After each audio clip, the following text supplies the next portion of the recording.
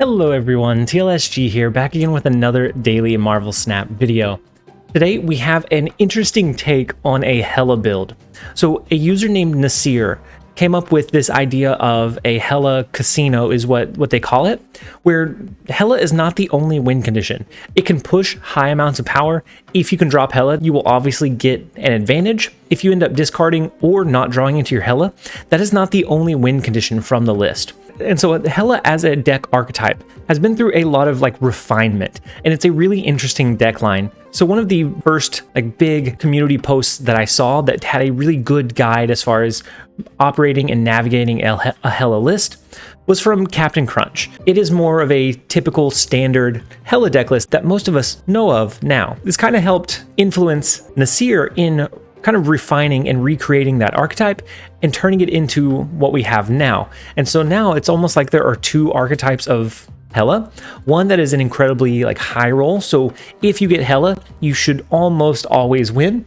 And then this one that has a little bit more counterplay. There's a lot of decisions that go into where you play your cards in this list and which cards you choose to play over another. And so I've known of this list for a while, but what really brought it to my attention was that I actually faced off against Nasir over the weekend 5 times, and every single time I got destroyed. No matter what deck I was running, no matter what deck tech I was using, I just got absolutely obliterated.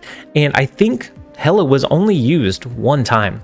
One time I got destroyed by a leader play, one time by Captain Marvel, one time by Magneto. Just so much play around potential with this list. And so before we jump into the deck build and going through each card, I am linking both Nasir and Captain Crunch's write-up of their Hela builds on Reddit in the description below. So if you want to read more in depth about what each card does, the different types of matchups, that is going to be a good resource for you to check out. And so running through the deck list really quickly. First up, we have Invisible Woman. She's going to be great to hide your discard cards behind, but you can also use this as somewhat of a decoy. You can either drop your Killmonger, you can drop a Red Skull, you can drop other cards besides your discard cards behind Invisible Woman. So if you anticipate that the opponent is going to drop an Enchantress behind the Invisible Woman lane, maybe your first couple of discard cards, you drop outside of that lane. That way you at least have a decent fallback just in case. Or maybe you hide those other cards that are okay to be played out in the light, and then it draws their Enchantress, their Rogue, into that lane, taking away that advantage. And then we have Killmonger. Killmonger is going to be a decent tech in a lot of different lists. So if we are running up against a Khazar Zoo, or a list that just runs several one-cost cards, a Deadpool deck, a Human Torch deck, if we hide Killmonger behind Invisible Woman or just resummon it with our Hela, all of a sudden that is going to be a huge tempo swing in our favor. This can also help you clear up some space. So let's say you're running up against a debris or a location kind of gives you the down roll, so something like Central Park, and then you end up getting your board clogged. You can clear that with Killmonger. And then next up we have Lady Sif. Lady Sif is going to target your highest cost card. Sometimes we're going to be able to drop her on curve on 3 to be able to drop our Infinite or our Magneto or our leader. Other times we're going to want to hide her behind the Invisible Woman. And then there are also some strategies that you can run where even if you have both Hela and leader and Magneto in hand, you can drop her knowing that if you discard your Hela, that's fine. You can drop a leader on the last turn. And a lot of times that will cause your opponent to snap, thinking that you have thrown away your only win condition. And then we have Swordmaster, just a good power to cost ratio. So if we're not trying to target a particular discard card, or if we're playing behind Invisible Woman, Swordmaster is going to slot into this spot just a little bit better because he does offer a bigger board presence. And then we have kind of the root of this deck list. We have Sandman. Sandman offers some really unique opportunities here. So if we can get Sandman out early, a Red Skull for us is going to be a lot more impactful because all of a sudden the opponent's only going to be able to drop a handful of cards. Therefore, our Red Skull is not going to give them as much power presence onto the board. This can also counter things like a Mr. Negative deck, a Zoo deck. You may not want to drop this in every single matchup, but it is a really great card for those matchups where your opponent's not necessarily playing to curve and they're wanting to drop a lot of cards towards the later part of the game. So any deck that's running Thor, Sandman's going to be pretty good at mitigating that potential power output on that final turn. And then we have Hellcow. Hellcow will discard 2 cards from our hand. He's going to be great to hide behind the Invisible Woman, or if we don't have Hela in hand just yet, we can always just drop him plainly onto the board. He offers a big power presence, as well as discarding a couple of cards from our hand, which we can then resummon later. And then we have kind of a catch-all. We have Captain Marvel, so if the opponent is running something like a stormed location, Captain Marvel is going to be able to sneak some extra power into that lane, even if we don't draw into Hela. So sometimes we're going to want to naturally drop Captain Marvel onto the board on 5. Other times, she's always a good card to be resummoned, because she can add that maneuverability to adjust herself from that random lane that she's resummoned in to potentially win the game. And then we have Red Skull. Red Skull right now, especially with the kind of slow-going meta, or using him in conjunction with Sandman, is phenomenal. At 5 cost, at his best, he is a 15 power presence. At his worst, he's a 7 power presence, which is still pretty decent for a 5 cost card. And if we use this alongside a Sandman, or we drop this in a lane that we know the opponent's not going to drop very many cards, so like Clintar or Space Throne, we can get a lot of power output from him. And a lot of times he can win a lane, or at least force the opponent to play additional resources into that lane because of his presence. And then we have Leader. Leader is going to be kind of sneaky in this list. So some games, you're not going to be able to resummon your cards with Hela. Maybe your opponent's playing a Mr. Negative deck. They hit the Mr. Negative on 4, the Jane Foster on 5. You can drop Leader on 6. That way you get the upside from their inverted cards as well. And he's not going to be useful in every single matchup, but there are a lot of games that he will save that would have otherwise been unwinnable. And then we have the main win condition of Hela.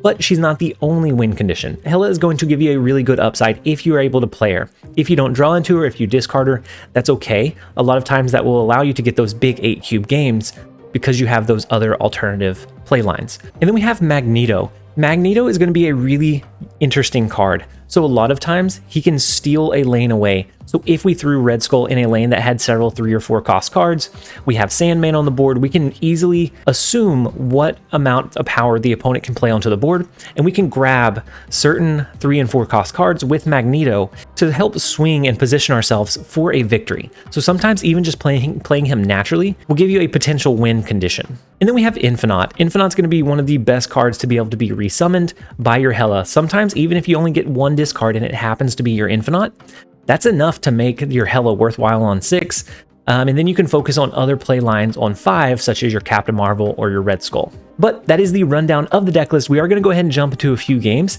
This deck list has a lot of decisions that you can make and a lot of paths to find a win condition, which is something that I really enjoy running because it really makes you think. It's not a very straightforward play line.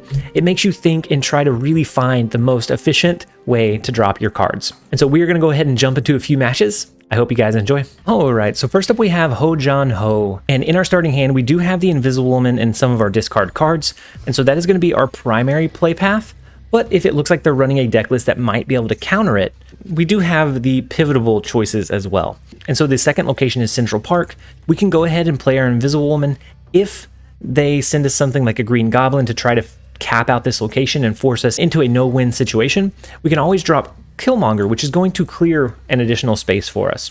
And so let's go ahead and drop our Invisible Woman. Ooh, they drop a Mojo. So potentially hiding the Killmonger behind the Invisible Woman, that might be the play here, because that will guarantee that neither of us cap out this location. We can then push or hide something like maybe a Red Skull or something similar behind this location, because I think more than likely they're going to fill this one up. If we can counter their Mojo play, we can get some decent power there.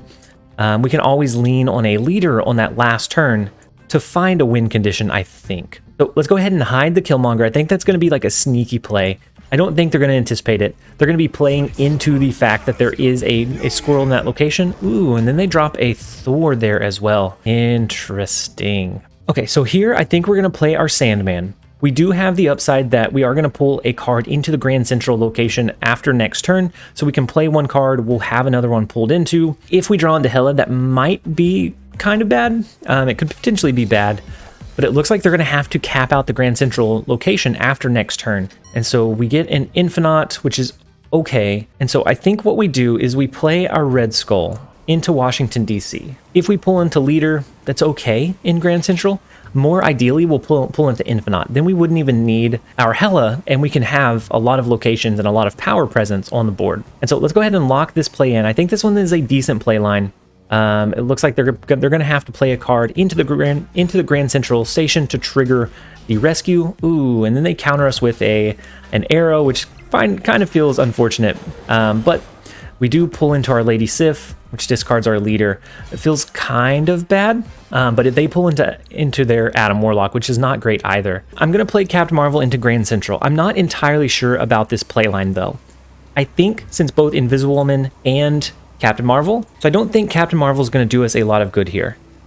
She will help us win Grand Central, but I'm just hoping that we can swing one of these other two lanes with the Killmonger play that's hidden under Central Park. I think we're in a decent spot. Let's go ahead and play the Captain Marvel.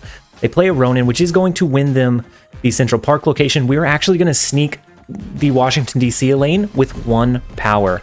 1 power. 1 power to win it all. That is the strongest Sandman I have ever seen. He took on Washington, D.C. by himself, and he was victorious. So this is a really good first game example. I'm really glad that we didn't have the traditional Hela path for this game. We had to really kind of think kind of obscurely about where we should play our cards, what is going to be the most advantage for us in the long run, and I think it absolutely paid off. We were able to find the win condition with a Sandman in Washington, D.C. and a Grand Central. A lot of that was thanks to being able to play the Sandman, which limited the amount of cards that the opponent could play after that point. All right, so next up we have another content creator, Ocean Mud. And so hopefully we have a pretty decent game against him. I think in the times that we've matched up, it's been kind of split back and forth. Ooh, that Sokovia is huge. It discards their Dracula, which is probably going to be a pretty good or decent win condition for them in this list. So maybe it's like a low to the ground Kazar Zoo with a Dracula kind of flavor or twist at the end to pull into an Infinite. But that is now gone. They're not going to be able to drop that anymore. We also know that we're going to be able to pop the Sunspot at some point, which is also going to be pretty advantageous for us. So here, since we don't need to discard any particular card or any card in particular, let's still do the Lady Sif. I think what I want to do is make sure that we have Sandman onto the board on 4, and then we can push Red Skull on 5, potentially do a Killmonger on 6, and that might be enough to win us the game and the location. Our Lady Sif discards our Red Skull, so never mind. We're not going to be able to play that naturally. We do have Hela, which is going to be good. To resummon these cards, we are going to just play Sandman this turn. They may have a deck that's trying to go wide and push additional power into the flooded location, but I think what we do is we play Sandman into this location. That way, if we cap this one out and we resummon, that takes one of those potential play locations or resummon locations out of the running or out of the mix. And so, ooh, the Ghost Rider to resummon the Sokovia Dracula is phenomenal. Absolutely huge. Very jealous. But with the Sandman, they're not going to be able to dump their hand. So there is less of a chance that it draws into a really high power or high impact play. Unless they just curve into it really, really well. And so I think what we're going to do is do Captain Marvel. That's going to be our best potential play path. Then we can resummon a couple of cards here. So the one we discarded with Lady Sif and the one that was discarded with Sokovia. We'll be able to resummon that with Hela. And then Captain Marvel is going to be kind of that jack of all trades. She's going to move across the board. So we're going to resummon our Red Skull and then one other card. I don't remember which one it was in particular. But I think it should give us a pretty decent upside. They played a Red Skull, which is huge. That is a huge power presence that they have on the board now. So I don't know that we win the Sokovia lane. I think our best bet is to win the Shadowland and the flooded location. And so they skip this turn. So we get a leader, which we resummon our leader, which was discarded from Sokovia. Our Captain Marvel is able to move over to mid to win us the left and the middle location. Had they drawn into something really, really large, their Sunspot was just a little bit too big and out of range for the Captain Marvel. So we are very fortunate that it pulled into a 2-power card instead of something a little bit bigger. And then, of course, with the Red Skull, it could have been either one of these. And so it was a smart move to skip and let your Sunspot buff up on that final turn. We just got lucky with the RNG of the Hela resummon. All right, so next up we have Mad Max. Right now, we don't have Hela in hand, so if we avoid drawing her by 3, we can drop our Lady Sif comfortably to discard either Magneto or Infinite. Both are going to be really good targets to be resummoned. And so they do play a Korg over into Kiln. We do know that we could potentially drop a Killmonger at some point to destroy it. It really depends on how much and what they drop over into the kiln location. Ooh, and then Superflow gives us an additional energy here. So we actually have 4 energy on this turn instead of 3. We're still going to use the 3 energy. We're going to play Lady Sif into kiln. Let's go ahead and snap. I feel pretty confident in what I've seen so far. They snap right back, which is incredible. So they may be running something a little bit better than I anticipated, but it's nice to have. Ooh, a Sandman is phenomenal. So that means they might be running something like a Ronin, which is okay. We have discard cards to kind of help mitigate that restriction of only being able to play 1 card per turn. We also know that this location locks down after this turn as well. So I think we go ahead and play our Hell Cow. We get our hand as small as possible, then we wait to draw into our win condition, whether that be Leader or Hela. And then Hell Cow, who actually doesn't target the Magneto, which is fine. That is absolutely fine. We will win in Kiln, and then we can actually drop Magneto into the Storm location this turn to win that one as well, which I think is a decent play line. We have 1 more chance to draw into one of those 2 win conditions. We drew into the rock that Korg shuffled in at the beginning of the game, and so we're never going to let them know that they've impacted us by that much. But if they are running a Ronin list, we will be able to limit it to 3 power. So we take away a lot of that oomph from being able to discard our cards with this list. And so I think as far as counters to Ronin goes, being able to discard and get rid of your hand goes a very long way. So we do a huge Magneto play. They do an Arnhem Zola, which destroys the monster. No way. Did that happen? So we had a lot of win conditions to potentially draw into. We had 5 cards in our list. We had a Captain Marvel, which would be able to move into the kiln location. We had a Killmonger, which would be able to kill their Korg and swing the kiln location in our favor. We had a Hela that would be able to resummon a lot of power onto the board. And unfortunately, we didn't draw into any of them. We had a 3 out of 5 chance. So, I mean, you're going to get low rolls sometimes. But playing to your odds, statistically, you're going to be able to draw into those. More than 50% of the games, we should have drawn into one of our outs here. But it is one of those games where sometimes you don't always draw into your win condition. I think the Korg actually helped them a little bit more than they're going to realize. And so let's go ahead and retreat here. And then we'll rinse and repeat, jump back into another one. All right, so next up we have V1K. In our starting hand, we do have Invisible Woman. We have a Lady Sif, Captain Marvel, Hell Cow. So we have a way to hide our discard cards if we need to. And so starting off, I don't think we play Invisible Woman into Muir Island. I think I'm going to go ahead and play her into this 3rd unknown location. I want to try to play as many cards as I can naturally into Muir Island, and if they're stacked behind the Invisible Woman, they won't get the upside of getting the additional +1 every single turn. So as it looks now, the curve to do like a 3, 4, 5 would have been pretty advantageous. So they're running a Domino, so I wonder if they have some kind of Cerebro list, which would mean that the Muir Island wasn't great. Or maybe they're running the list that we featured in today's video, where they're going to want to counter a lot of our late game play. Which is pretty susceptible to a Hela list and Invisible Woman as well. So I think we want to play Captain Marvel into Muir Island. We can play Captain Marvel, and then we can actually hide our Sword Master behind the Invisible Woman. And that is going to allow our Captain Marvel to buff up every single turn from now on, making her an even more like potent win condition. And so they do move our Sword Master, which is okay. We don't absolutely need it. It discards our Lady Sif, which is not a huge proponent in winning for us. We do have Killmonger, but they don't have any 1-cost cards just yet. I think we hide our Hell Cow now behind the Project Pegasus lane. Now that they've had their fun of pushing it out. And now they have Enchantress, which is fine as well. We still don't have one of our win conditions. If we did, we probably wouldn't have played the discard card this turn.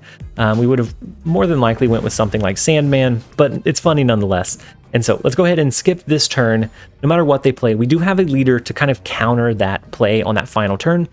And so we have the ability to roam the lanes with Captain Marvel. We can resummon the cards with Leader, or if we draw into Hela, then we get a pretty good upside. They don't know what we drew into. I am going to go ahead and try and snap a turn early. That way it leaves them guessing. They don't know if we really had it, if we didn't. And there's an extra turn, so it's not between a 1 and a 4 cost decision. It's between a 1 and a 2 cost decision. So I think it's a little more likely that they stay in for an additional turn. Okay, and so they changed the Necrotia lane with a Storm, which is kind of interesting because that takes away the -2 from both of our cards. We can either do a Magneto here, and I'm not sure which one is going to be more beneficial.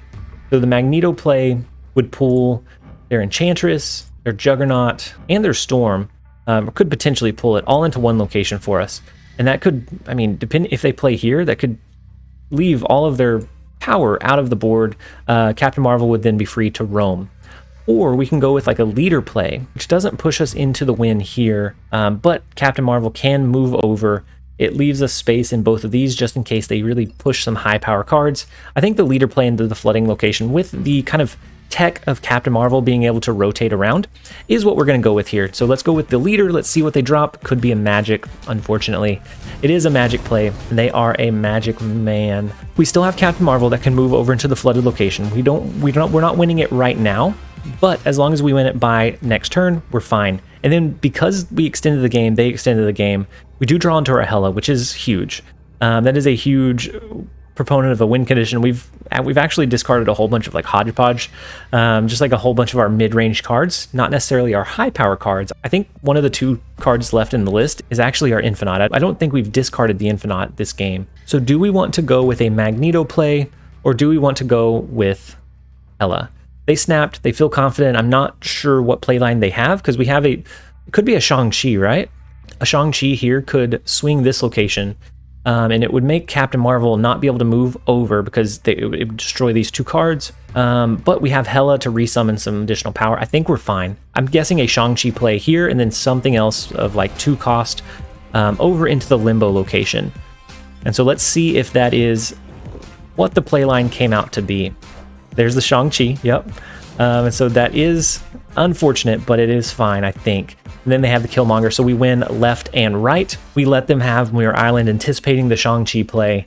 We get very, very fortunate there with the ability to have a win condition, or the fact that we resummoned at least a mid-powered card into that lane. We got really, really fortunate with the RNG of Hela, resummoning some of those like mid-range cards that it put our Lady Sif or our higher power card over here, not into one of these other 2 lanes. All right, so next up we have Wes. And in our starting hand, we have our Invisible Woman.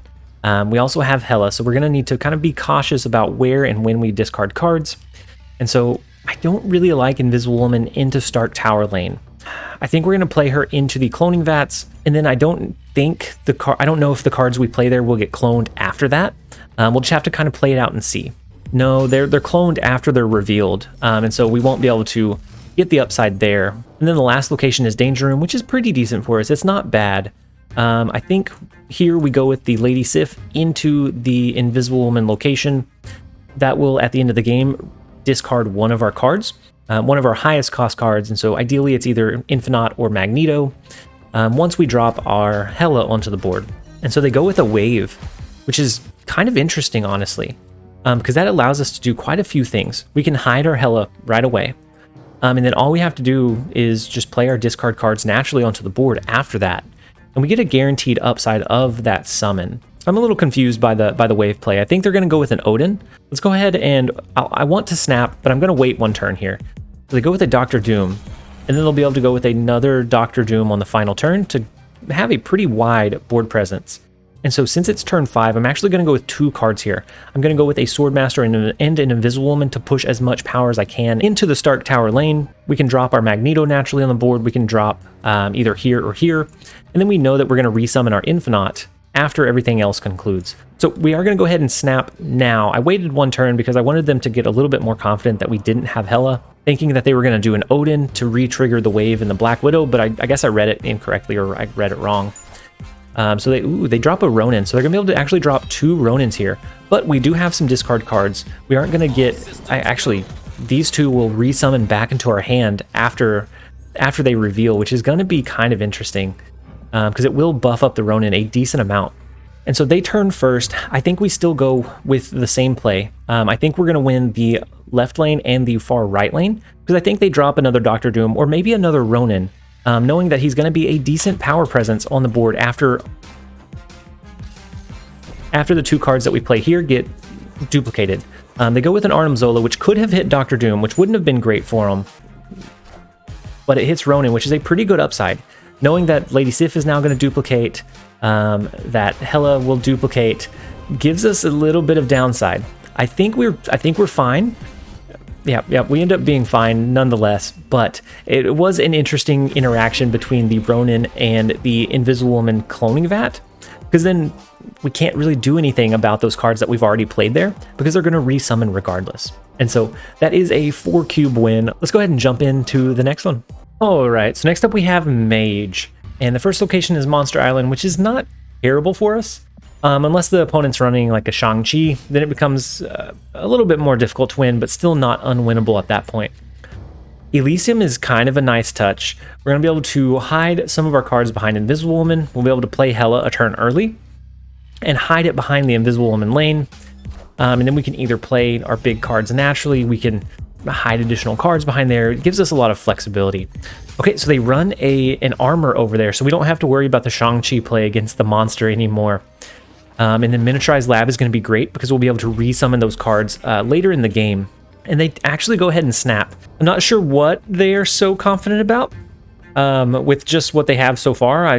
Maybe they try to lock down a location with a Professor X next turn, maybe. But just in case they're doing something like an Enchantress, I went ahead and played Sandman to kind of limit the amount of space that the opponent had to play. So then they don't get as much upside from the Elysium and being able to flood the board. And so with that, I am going to go ahead and play Lady Sif. That will allow us to hide our Hela behind the Invisible Woman lane next turn. If that's what it looks like we want to do, we could always hide Magneto as well. And so they send us a Hobgoblin, which does hurt a decent amount. We have a Hell Cow, and so actually I think we do Hela. Lady Sif is going to discard a card for us. We can drop our Hell Cow naturally onto the board after this turn, and that will discard the rest of our cards to be resummoned. I feel pretty confident. I think we let this one go all the way to 8 cubes. I think even if they do an Enchantress into Elysium, that's fine, because at this point we have Lady Sif, which would discard our Magneto, allowing us to resummon another card. And so I guess the Polaris is a roundabout way to do that as well. And so that's fine. That's fine as well. So we can do Hela, that will resummon Magneto, which then pulls their Polaris over.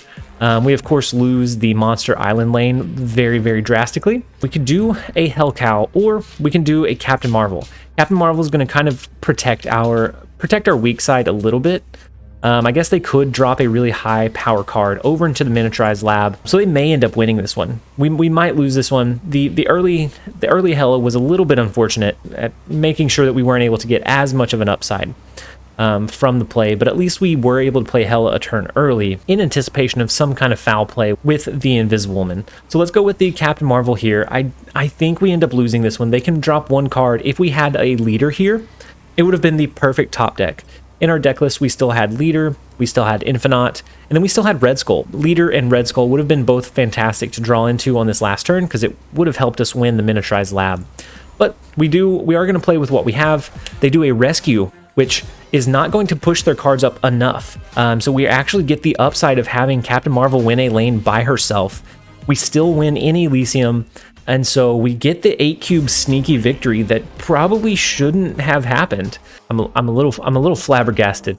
I'm a little taken aback, but an 8-cube is an 8-cube. We will take it. And that pushes us up to 104. We've been pretty consistently climbing between last deck list and this one. They've been performing incredibly well. I think both have really strong presences in the current meta. The other one, if you're running up against like strong ongoing abilities, so your Omega Reds, your like Wong ongoing abilities, maybe the other list is a little bit better because it runs Enchantress. But if you're running up against really any other kind of deck list, counter deck lists, you're running up against just Zoo style deck list, this one is going to serve you pretty well as well. And so it just depends on what you're running into the meta, but I think both of these are really good choices to push for Infinite in the last few days of this ranked season, and maybe into the start of next season as well.